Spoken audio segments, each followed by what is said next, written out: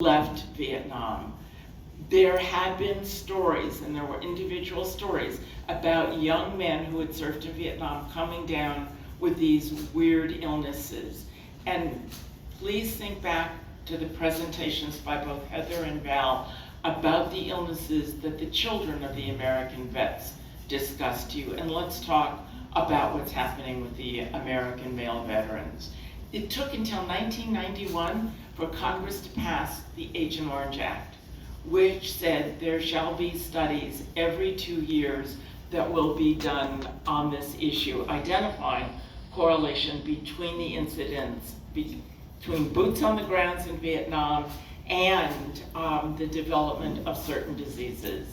However, some of the illnesses were covered because there were dioxin industrial accidents in places like Germany that 1953 identified there were illnesses like lymphomas. So you'll see in the beginning, after the pass of the 1991 Agent Orange Act, that in fact there were certain illnesses that were also identified as correlated with service. And I need to be really clear here that what the VA has said is that if you were in Vietnam from 1961 to 1971, and you came down with one of these illnesses, that you have a presumed diagnosis.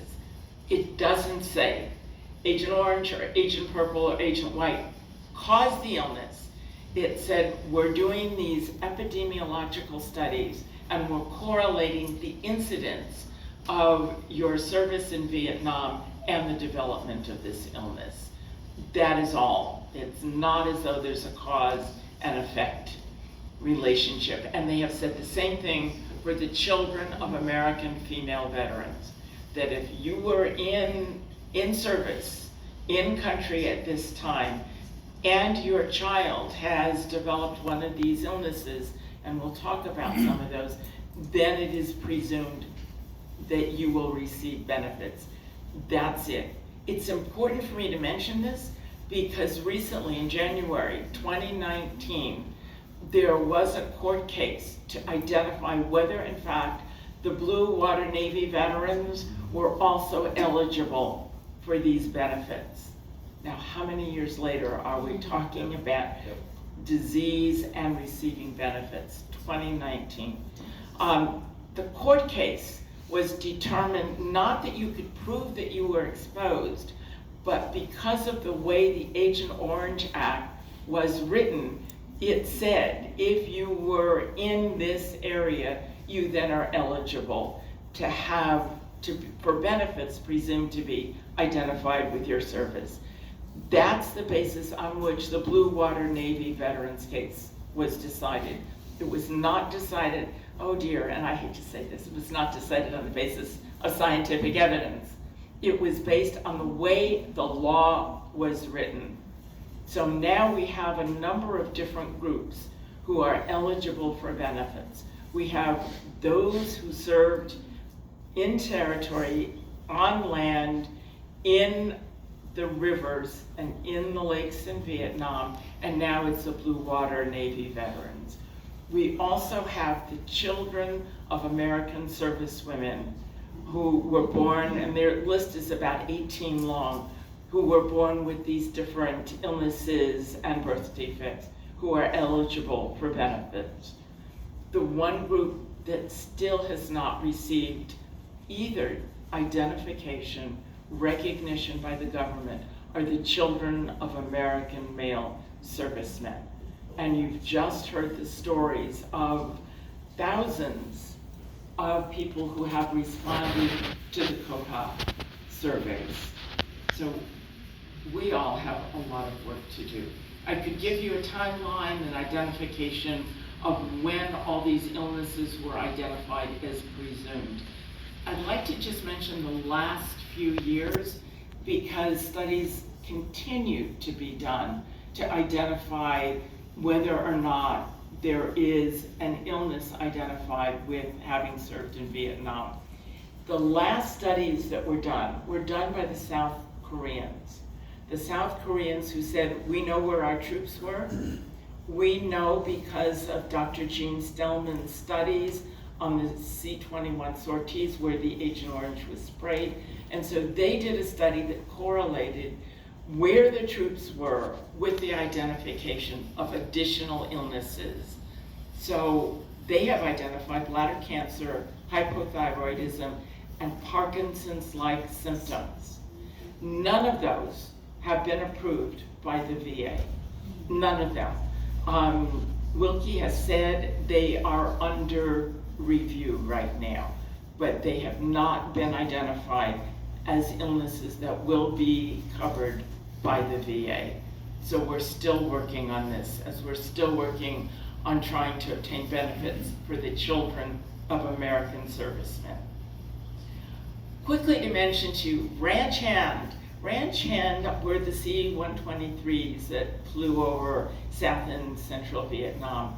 The original movement was called Hades. Oh, what? Hades. H-A-D-E-S. The military changed the name to Ranch Hand. We think it ought to be changed back again to Hades because that's what they visited on the people, and that's what they visited on the children of the American service people. There were studies that were done, oh my goodness, bear with me, back in the 1970s, 1980s. The person who designed the methodology for the study of birth defects in the children of the ranch handers was Dr. Richard Albanese. And he said that there was a 50% increase in the birth defects in the children of the ranch handers who handed the chemicals directly. The results of that study only became known over the last 5 to 6 years. Before that, the government said, oh no, methodology was wrong, we're not going to use it. It was a way to deny that there was a relationship, in fact, between the servicemen who handled directly the chemical and the children who developed different birth defects and chronic illnesses. So we think that information has been around for a long time. There were additional studies on the incidence of peripheral neuropathy, circulatory disease, and diabetes. And there was no question in the ranch hand studies that, in fact, there's a much higher incidence. So the guys that handled the chemicals through the Army Chemical Corps that sprayed it from backpacks, and we have some extraordinary photographs of young men using what looked like fire hoses, spraying the perimeter of the bases, not using any protective garb at all. And we know that this particular group, as of 2006 and 2016, not only has a higher incidence of diabetes, heart disease, hypertension, and non-malignant lung disease, but when they develop these illnesses, that they have a much higher mortality incident, die earlier. It's the easiest way to say it. They die earlier when they develop these illnesses than people in the civilian population. So not only are they more likely to get these illnesses, but once they get the illnesses, they die at a much younger age. And you heard from Heather, who talked about her father, who started developing cardiac disease when he was 38 years old. The C-123s, I'll just quickly tell you a story that to me represents what this government does when it finds information they don't want. The C-123s were brought back to the United States.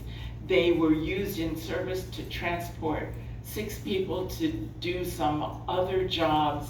And when there was an attempt to put one of them into the Smithsonian in Washington, D.C., they had to take a look at what was contaminated on the C-123s, and they found dioxin residue. So for 20, 30, 40 years, people had been using these C-123s that were heavily contaminated with the dioxin residue. The group who had been handling the planes then said, oh my goodness, we're coming down with the same illnesses that have been identified as presumed illnesses. with servicemen who were actually in country. And they then started a lawsuit, and there were hearings. The Institute of Medicine, in fact, agreed with them and said, yes, you have the same presumed illnesses, and they are now giving services and compensation to that particular group. And let me say again, as Heather and Val have stated, studies keep being done on specific groups.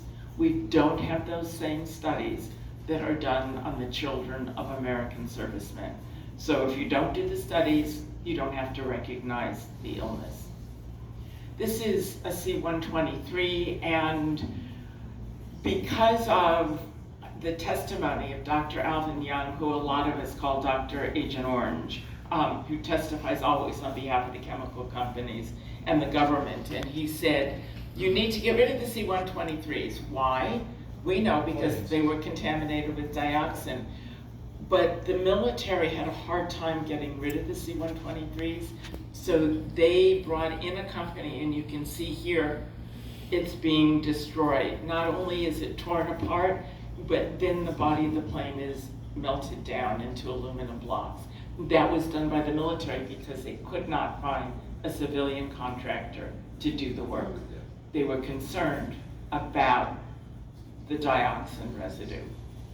These are the illnesses that we know, the presumed illnesses that have been identified related to exposure and illness. These are the illnesses that those Americans who served in Vietnam currently receive compensation and care. And I don't think we need to go through all of them.